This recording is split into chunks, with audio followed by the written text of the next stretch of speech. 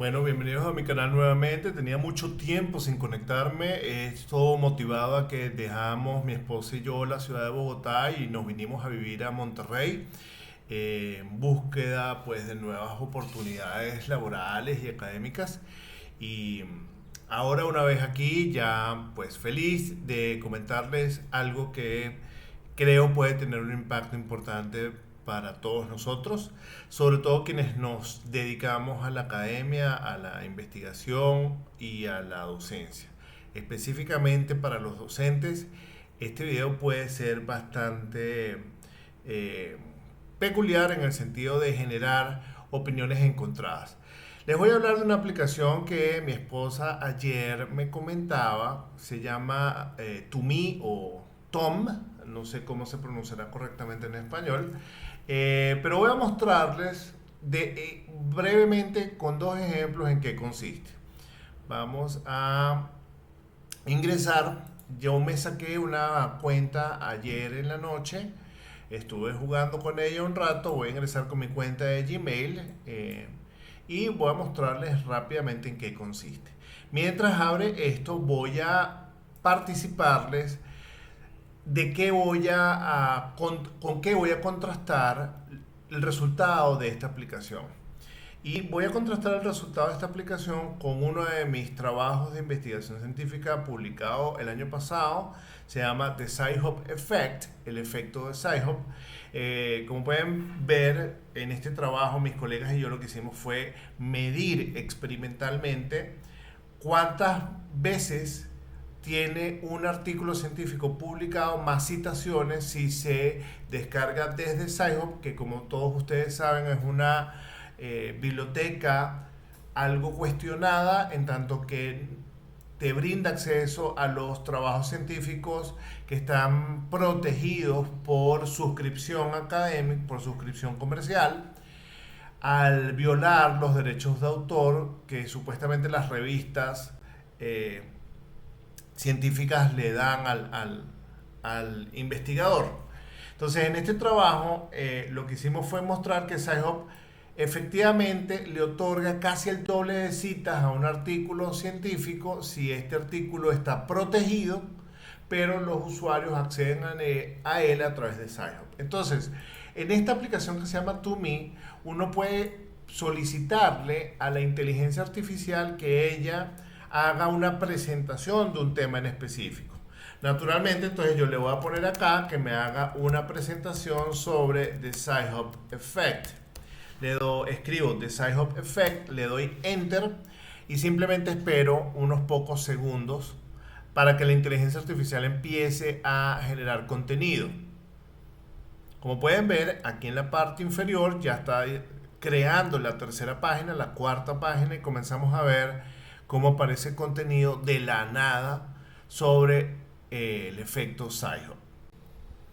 Aquí le he pedido a la herramienta que haga la presentación del efecto Sci-Hub sobre las citaciones científicas, pues porque efectivamente en nuestro caso el trabajo del efecto Sci-Hub fue específicamente concreto sobre las citaciones de los artículos. Entonces, me llama la atención que en la tabla de contenidos que genera esta presentación dice efecto de Sci-Hub en las citaciones. Y cuando nos venimos a ver el contenido dice, un estudio reciente ha demostrado que el uso de Sci-Hub ha tenido un impacto significativo en el número de citas de artículos científicos. El estudio mostró que los artículos descargados a través de Sci-Hub recibieron en promedio un promedio de 13% más de citas que los artículos descargados de forma tradicional. Además, el estudio también mostró que los artículos descargados a través de Sci-Hub recibieron un promedio de un 8% más de citas que los artículos descargados de forma tradicional, incluso después de controlar otros factores. Bueno, lo primero que quiero resaltar de esto es que ambos párrafos no están coherentemente enlazados entre sí. Primero dice que es un 13%, luego dice que es un 8%. Luego, lo otro que hay que destacar es que al final de la presentación no pone referencias bibliográficas. Y bueno, lo tercero que hay que acotar es que en esta presentación el contenido lo que está mostrando es cómo sería la presentación para que uno haga la investigación y efectivamente coteje o contraste cómo es el efecto Seinfeld en las citaciones. En el caso concreto, con el trabajo que hicimos con nuestros colegas, les puedo garantizar que por las mediciones que hicimos, el efecto de las citaciones es de un 72%, no es de un 13%. Pero aquí me detengo rápidamente para decir que efectivamente estas herramientas representan un hito para la humanidad. Porque efectivamente mucha gente va a utilizar esta tecnología, o mejor dicho, es difícil pensar que alguien en el planeta no vaya a usar esta tecnología para propósitos de aprendizaje, de conocer, de comprender nuevo contenido. Pero también es difícil pensar que el uso que la gente haga de estas tecnologías no sea un uso que esté libre de toda crítica. Efectivamente, para los docentes, la presencia de estas tecnologías supone una llamada a pensarnos seriamente cómo ejercemos nuestra tarea de docentes. ¿Por qué? Porque creo que ahora como docentes no va a tener mucho sentido pedirle a nuestros estudiantes que entreguen material escrito, porque efectivamente lo harán, pero lo harán apoyándose en el uso de estas tecnologías. Y el contenido, la entrega que hace el estudiante probablemente tenga muy pocas ediciones, es decir, muchos estudiantes acudirán a estas tecnologías para que la tecnología los reemplace por completo desde el punto de vista de generar el contenido y el estudiante efectivamente renuncie por completo al proceso de aprendizaje. Desde este punto de vista yo creo que como docentes tenemos que asegurarnos de que el contenido que vayamos a evaluar sea con unos criterios exigentes y en los que efectivamente se demuestre que el estudiante sabe lo que hizo. De otra manera, simplemente por exigir contenido, no vamos a lograr que los estudiantes universitarios y en general profesionales de todas las disciplinas, independientemente de que estén matriculados en una universidad o no, sean profesionales que realmente dominan un contenido o una materia en sí. Entonces creo que aquí, sin lugar a dudas, los docentes van a tener que convertirse en validadores de contenido. Es decir, van a tener que lidiar con la tarea de acceder a grandes conjuntos de datos o de información, como presentaciones o trabajos escritos, y de alguna manera dotarse de herramientas de inteligencia artificial para poder identificar si el contenido fue o no realizado por el estudiante. Y si no fue realizado por el estudiante, evaluar la calidad de ese contenido en tanto que el estudiante efectivamente haya hecho ediciones a ese contenido que inicialmente le generó la inteligencia artificial. Para demostrar nuevamente el caso concreto voy a generar una nueva presentación. Esta otra presentación la voy a hacer con un tema súper específico que hicimos también a propósito de la firma del acuerdo de paz en Colombia en el año 2016, cuando el presidente Juan Manuel Santos dirigió el proceso de paz en este país. En aquel año publicamos un trabajo en la revista latinoamericana de psicología y básicamente lo que hicimos fue comparar la dificultad de comprensión de los textos de acuerdos de paz que se han observado en Latinoamérica. Específicamente analizamos el acuerdo de paz de Colombia con el de Guatemala y El Salvador. Al igual que en el caso de Sci-Hub, esto fue un trabajo que se hizo bajo revisión de pares. Nos hicieron bastantes críticas y efectivamente el trabajo finalmente salió publicado. Entonces voy a recurrir a la herramienta, le voy a decir que me cree una nueva presentación y le voy a poner acá Latin American Peace text difficulty of Latin American Peace Agreements. Le estoy pidiendo que me haga una presentación sobre la dificultad de los textos de los acuerdos de paz en Latinoamérica. Le doy Enter y mientras la inteligencia artificial va creando la presentación, ahí ya lo ven, explico brevemente de qué va este texto que publicamos en la revista latinoamericana de psicología. El gobierno de Colombia sometió recientemente, bueno, en aquel entonces, a plebiscito un acuerdo de paz para dar por finalizado su conflicto armado. Para ese plebiscito la abstención electoral fue casi de 2/3 con un 18,44% de los votantes rechazando la implementación. El objetivo de este trabajo era proponer una aproximación metodológica que muestre cómo analizar los acuerdos de paz como si se tratasen de productos políticos que pueden ser aceptables o no según su dificultad textual. Dadas las semejanzas sociopolíticas de los conflictos armados en Colombia, Guatemala y El Salvador, en este trabajo se muestra con suficiente detalle computacional el análisis por minería de texto de los acuerdos de paz celebrados en estos países. Los resultados revelaron que la dificultad textual de estos acuerdos exige un nivel educativo de al menos 19 años de educación formal, lo que sugiere que este tipo de documentos no están redactados para audiencias muy populares con menores niveles de educación formal. Así es grosso modo lo que se hizo en el trabajo. Regresamos a nuestra aplicación y aquí ya tenemos la presentación completamente armada. Vemos una tabla de contenidos, lo que incluye la presentación. Entonces, bueno, una breve introducción, tipos de lenguaje usado, complejidad de los términos. Y me voy a detener un poquito acá. Dice, la complejidad de los términos usados en los acuerdos de paz de Latinoamérica pueden además hacerlos difíciles de comprender. El lenguaje usado es frecuentemente muy técnico y específico y puede ser difícil para aquellos que no tengan contexto o formación diplomática o legal que les permita comprender el contenido. Además, esto es cierto, pero si se dan cuenta, comparado con nuestro trabajo, la descripción sigue siendo muy genérica. Voy a tratar de especificar por qué digo que es muy genérica al mostrarles concretamente, específicamente qué hicimos en el trabajo.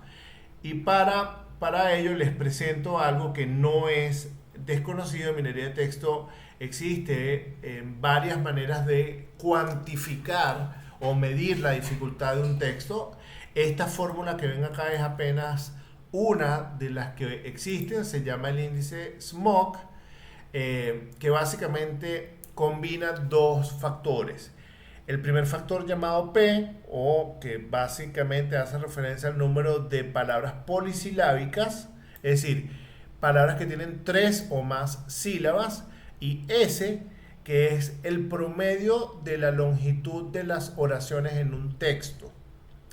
Obviamente, cuanto P y S sean más grandes, este valor va a ser un poco más grande y al ser más grande va a ser más difícil de comprender ese documento escrito. Contra esto es que específicamente estoy haciendo la comparación de la presentación.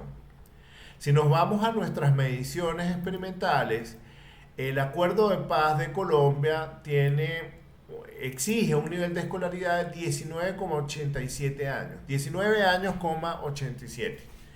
¿Qué significa esto? Bueno, significa que para poder comprender el Acuerdo de Paz, una persona debe estudiar formalmente 20 años en el sistema educativo. Si lo vemos en términos del sistema educativo colombiano, eso significa 5 años de educación elemental, 6 años de educación secundaria, incluyendo los de bachillerato, 5 años de educación universitaria en un pregrado, van 5 y 6, 11 y 5, 16, y 2 años de maestría, 18, y probablemente un año y medio matriculado en un doctorado. Entonces, si se dan cuenta, la cantidad de tiempo en educación formal que debe tener una persona para comprender estos documentos es notable. De hecho, para esta investigación, cuando hicimos la revisión de la literatura, nos dimos cuenta que el DANE, que es la institución pública en Colombia encargada de llevar los registros estadísticos de varios aspectos de la sociedad colombiana, revelaba que para el 2016 el perfil socioeducativo promedio del colombiano era un individuo que llegaba a estudiar 11 años nada más. Es decir, cumplía con la educación primaria más la educación secundaria. Esto pues obviamente dista o se distancia muchísimo del perfil socioeducativo que exigen los acuerdos de paz de Colombia. Fíjense que el acuerdo de paz en Guatemala exige un nivel educativo casi un año menos exigente que el de Colombia, y El Salvador es el más fácil, pero aún así siguen siendo textos muy difíciles de comprender para alguien que no tenga este nivel educativo.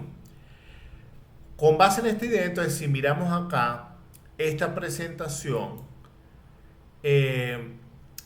estos son contenidos genéricos.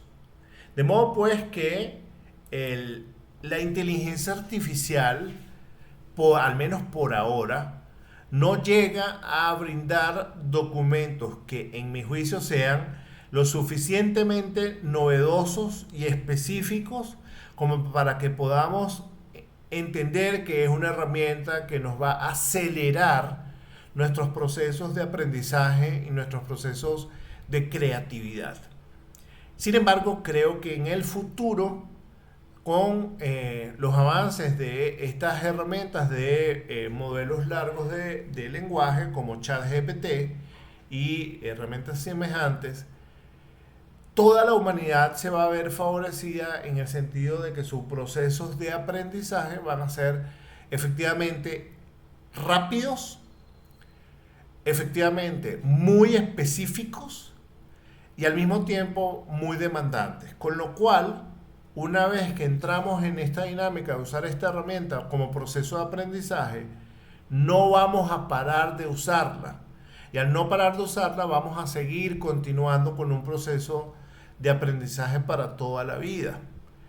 ¿Cómo queda el docente universitario tradicional en este sentido? Pues yo creo que una persona que no sepa investigar y que no tenga publicaciones científicas va a quedar muy en desventaja con estas herramientas, porque la única manera de demostrar que efectivamente usted es creativo o que usted es innovador o que usted es de alguna manera una persona pensante, intelectualmente activa, es manifestándose a través de la forma como usted lo evidencia. Y una de las formas más concretas que tiene la humanidad para evidenciar creatividad, actividad intelectual honesta, seria, es a través de la publicación de trabajos científicos revisados por pares. Y sobre esto de la revisión por pares, pues obviamente estas herramientas también van a jugar un papel importante, porque a fin de cuentas estas son herramientas que están entrenadas con muchísima información escrita. Pero alguien efectivamente tiene que generar la información nueva. Estas herramientas de ChatGPT solamente están funcionando con la información disponible hasta el momento. Estas no son herramientas, al menos por ahora, que sean capaces de decirnos las soluciones que vamos a tener que buscar en el futuro cuando los problemas del mundo sean más apremiantes de lo que ya lo son hoy en día. Me refiero, por ejemplo, a cosas como el calentamiento global, el desempleo, la inigualdad o la desigualdad económica, el calentamiento global, etcétera, etcétera. Creo que estamos entrando en un momento donde la actividad intelectual seria, rigurosa, es cada vez más importante. Las universidades tendrán lamentablemente que prescindir de los docentes que no hacen investigación y recurrir a los docentes que hacemos investigación para poder dotar a la educación superior de calidad. Efectivamente, la calidad se ve reflejada por la capacidad de generar contenido nuevo, creativo, innovador y que responda de alguna manera a las inquietudes que tiene la sociedad actual. Aquel docente que solamente se dedica a hacer docencia seguirá siendo una pieza interesante en la sociedad, pero queda compitiendo con herramientas como esta que son generadoras de contenido. Y para generar contenido, bueno, pues no hace falta más que leer. Creo que entonces es una exigencia importante para un grueso de la población universitaria, los docentes que no hacen investigación, que solamente se mantienen activos o actualizados consumiendo información, van a tener que redimensionar sus prácticas y su forma de ejercer la docencia, participando en equipos de investigación para eventualmente convertirse en investigadores que generan nuevo conocimiento y que marcan la pauta de las nuevas soluciones a los problemas que se nos vienen en el futuro. Les dejo, nos vemos en un nuevo próximo video.